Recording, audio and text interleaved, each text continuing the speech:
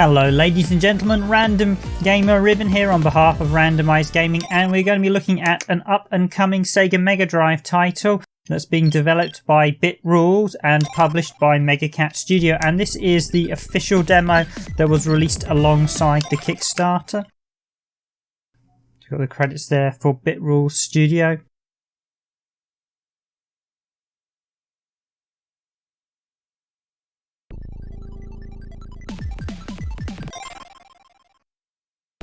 So yes, this is a work in progress title, and Megacat Studio asked if I'd like to look at it, and I said yes, we here at Randomised Gaming would like to look at it. So here we are with what is a rather nice platformer. This demo I believe is only one stage, but it's still a surprisingly impressive and very enjoyable title from what I've played.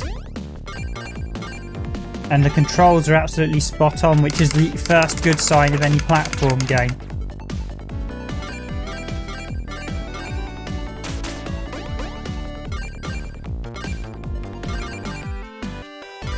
So the game itself is being developed by Bit Rules, and it's clearly a homage to platformers on the Sega Mega Drive.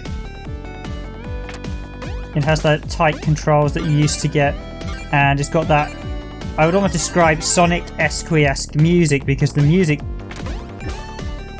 demo for this game is really good, and it's really enjoyable to listen to as you're playing along. It gets the feel of the Mega Drive just right. So I should say this is a very early build of the game. There are, as the demo text said at the start, going to be a lot of changes, but what I've seen I've actually really enjoyed. I do have one or two qualms with it. I think the background's a little bit dull in colour, but of course again they may change that. The enemies don't stand out that much from the background as well, being black. They could be a different colour, but I think the first thing that I was initially impressed with is how tight this handles and how easy it is to move the main character. So you have a shoot, which you can shoot left, right and up. You also have a dash, so you can dash on the ground. You can also jump once and dash, and you can also double jump and dash as well, and that comes really handy to get some of the height up on some of the stages. So you've got quite a few maneuvers at your disposal. Interestingly, according to the Kickstarter notes, there's going to be a lot of different weapons to buy and change, super attacks, all sorts, but this demo, literally you only have the default weapon. I assume this is one of the early stages in this game. This looks almost like a vertical slice build to me, because it purely is like one stage of the game just to get a feel for it, but it does play and handle very good, which is very relieved when I'm playing a platform game that handles this well. It's that pixel perfect tightness. So I should say I am playing this game on the emulator Exodus. The demo itself, if you'd like to try it, is actually available from Megacat Studio's website, and it's also available on the official Kickstarter page as well. The Kickstarter is now over, but you can of course follow Megacat Studio and keep an eye for when this game actually releases.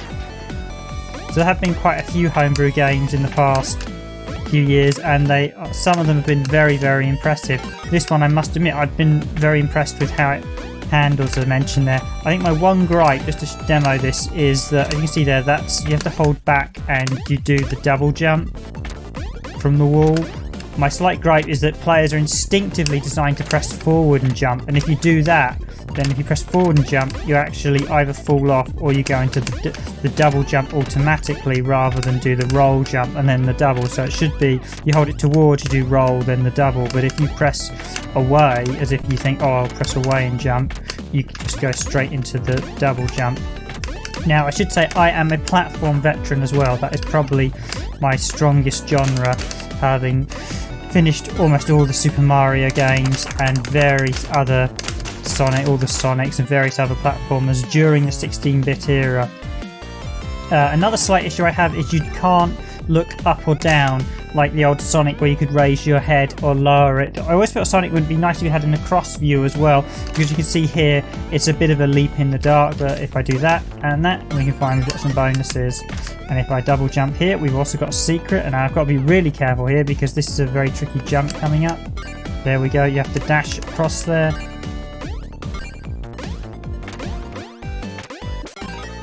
And drop down, and there we go. So there's a secret Based on the Kickstarter, those gold screws that you'll see me picking up are actually used to unlock and buy weapons in the store, but I don't believe the store is in this demo. I've not actually beaten the boss, so we will find out. I've got to the boss, but I've not actually beaten him yet.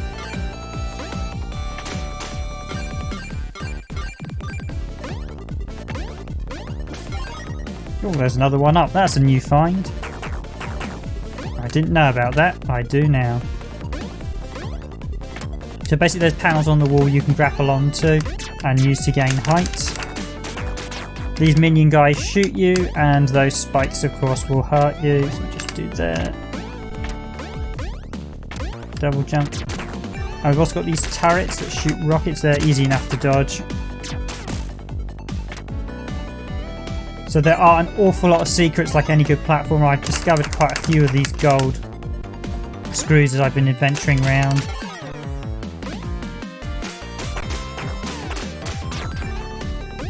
But yeah, shoot the minions, jump up there. Now there's some of those green things up there. Let's see if I can get them. Yeah.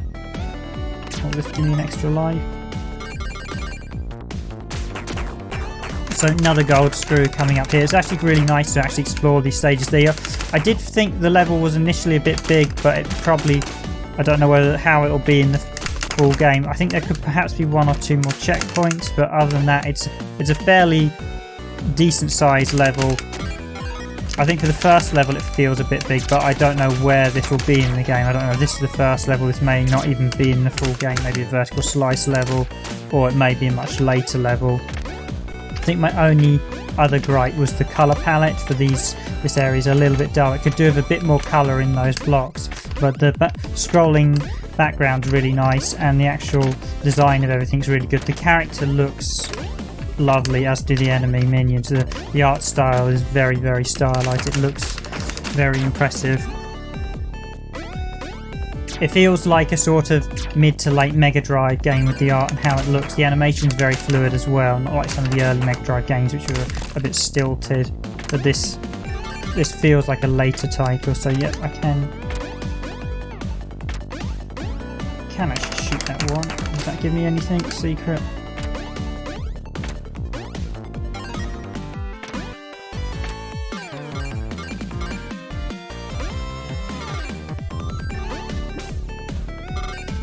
So the jumping is precision perfect, which is what I absolutely love to see in a platformer, and the team behind this has clearly spent time researching how platformers work. This really is a really, really tight platformer, which is really nice to see, because I've played a few homebrew games where they get the platforming quite badly wrong and then it's not that enjoyable. This feels like you would play it on the Mega Drive back in the 90s. Some titles that I've played that have been sort of released on the Mega Drive and other sort of formats, recently retro-inspired ones, they don't feel like games that were developed from that era. They feel like people who were developed by people who didn't necessarily know what they were doing.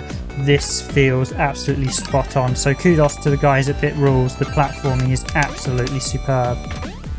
See, they can jump up there. That's actually a fall down from a later area. But yeah, my slight gripe there is you can't actually look down. So I don't know whether there's a lot of instant deaths here, but it's not always clear whether there's secrets down them or instant death. The only thing you can do is dash and then jump. So you can use the dash to get you out of jail from a fall, but you need to be quick.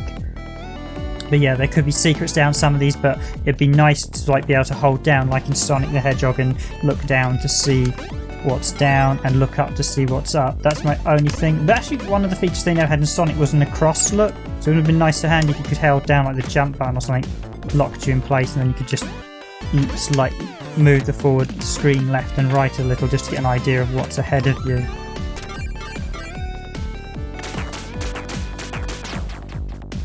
I could see this being the type of game that speedruns really enjoy, because the dash mechanic's absolutely so well implemented that you feel like you want to dash through the whole game. Unfortunately, you aren't invulnerable to enemies. Now I've got a choice of here. I can take the top route, which is the easy way, or I can go down here, which is the harder route, but gives me lots more power-ups. So I'm going to be brave and go for the harder route. Now here's the part. I've got to get my dash just right. Oh! Codswallop. Codswallop. I'll do that again because I've got a few extra lives.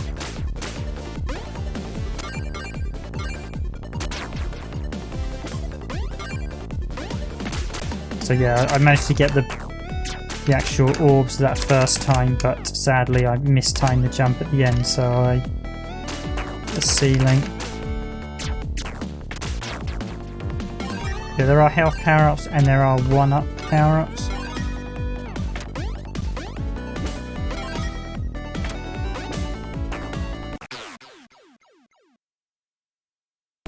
Okay, I'll take the top route this time.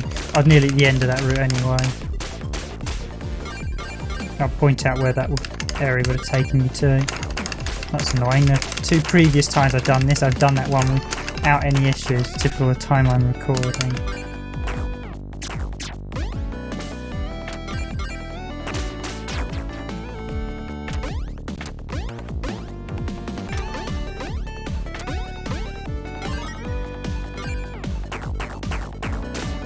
But yes, having finished games like Rayman, I am a platforming veteran, so there is a sense of don't try this at home, kids. You've got to get good at platformers.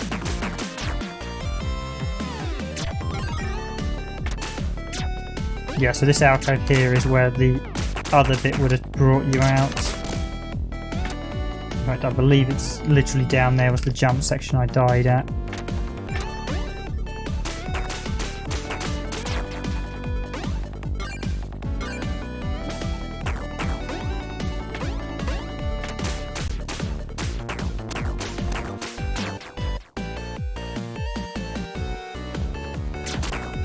So at the minute there's only 2 enemies, but I believe there'll be a lot more in the final game. I said this is really his early days at the minute.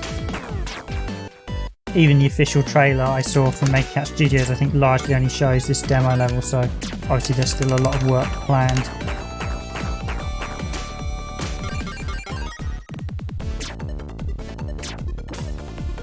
I'm now getting towards the end of the level, so I'll soon be facing off against the ever menacing boss.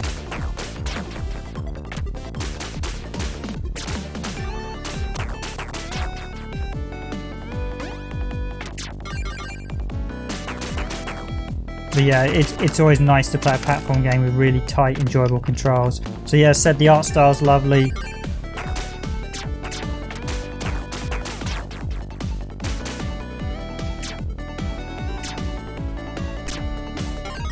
A really nice project, and it'll be interesting to see what the finished game looks like from Megacat Studio and Bit Rules. It's shaping up really well, and I do advise, if you enjoy this video, then do by all means subscribe and follow Megacats and Bit Rule and look at their other titles as well to support independent developers, and hopefully we'll see this game in 2020. I'm very interested to see what the finished version's like. So here we go with the boss. I said I've not actually finished him yet, so this will be a first time if I actually beat him. So he throws those bombs around, he dashes around. I think the boss takes a few too many hits. Maybe he's a later boss, maybe you're supposed to have additional weapons, but he does take an awful lot of damage in this fight. Okay, so I'm going to show you a few attempts I did at the boss. Unfortunately, in this run and in a second run that I did, Exodus crashed during the boss fight for some reason twice. So unfortunately, I didn't actually beat the boss in the end. It was an Exodus issue, not a game issue. So obviously Exodus has a few bugs. I know in the past it's got a few bugs to iron out. It's the most accurate emulator, so it looks the best, but yeah, it does occasionally crash. So unfortunately I didn't actually beat the boss, but the boss I did, as I mentioned a little bit back there, I did find he took a bit too many hits to beat, but he was certainly quite fun and quite challenging. You really had to learn his attacks. The only other issue that slightly got to me is the fact you couldn't hit the boss off screen. He had to be on screen, even if you were at the same parity. So if you were both on the floor, unless he was on screen, he wouldn't take damage. The other slight thing was I felt that each block of health took too many damages before depleting. I think it'd been better if they just spliced up each block into like 3 additional ones and you just saw it slowly ping down, because it would have made you feel a bit more, oh yeah, I'm getting near the end. Instead he takes quite a few hits for each block to disappear. But other than that, this boss fight was surprisingly challenging and very enjoyable, even though I didn't beat him. You can test out the demo and beat him yourself. So overall, very impressed with Phantom Gear. Plays very nicely, controls wonderfully, the music is fantastic as well, and I certainly think this is one to watch in 2020 when it arrives. Very good and very enjoyable. title, so we'll keep our ears to the ground and keep our eyes on Mega Cat Studios' website to see how the game finally turns out in the end. So this is it from me. Thank you for watching as always. Hope you enjoyed this look at a forthcoming Sega Mega Drive game. And as always, if you like this video, please do hit that like button. And of course, if you haven't subscribed to the channel, please do subscribe. And you can also hit that bell button for even more notifications.